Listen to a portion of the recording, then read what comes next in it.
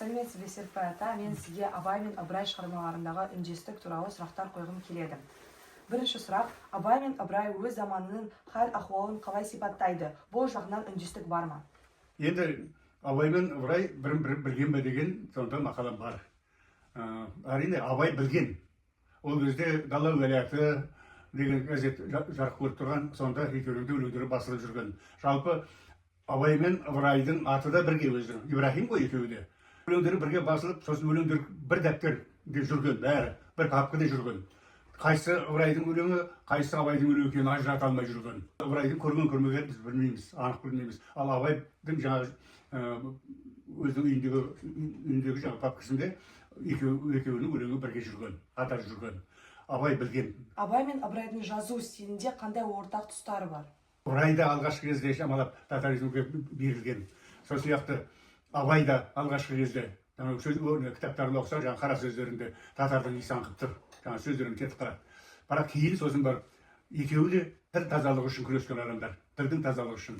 Екеуі де кейінгі өлеңдерін оқысаң, жаңағы татардың тілінен алшақтап, өзіміздің тілімізге жақындай бастаған.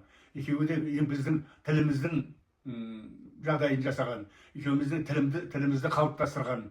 Осы тақырыпты болашақта тағы қай бағытта зерттеу қызықты болар еді деп ойлайсыз? Толық зерттеліп болған жоқ әлі Ыбырай, шынында да. Ол қаншама, мен 970 бетіне жаздым, өзімді бар, бәрі бұрын айтылмаған нәрсе. Әлі де толып жатыр. Біз ізденбейміз, іздеу керек тағы да. Бірақ түбінде әйтеуір бір оқитыны анық қой. Бұл дәл осылай кете берсек, біз дұрыс ел болмаймыз. Рухани дүниеміз ақсайды. Қазір де ақсап тұр. Руханиятты ұмытып баратырмыз. Бірақ қазір облыс басшысы осы руханиятқа ерекше көңіл бөліп жатыр. Қаншама дүниелер жасап, ақсақал.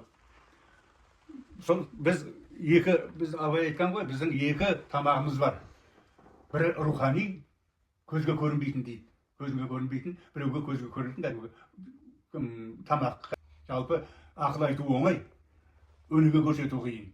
Сондықтан өнеге көрсете білу керек елге. Қашанда адам бол, адамды қалпыңды бұзба, адал бол.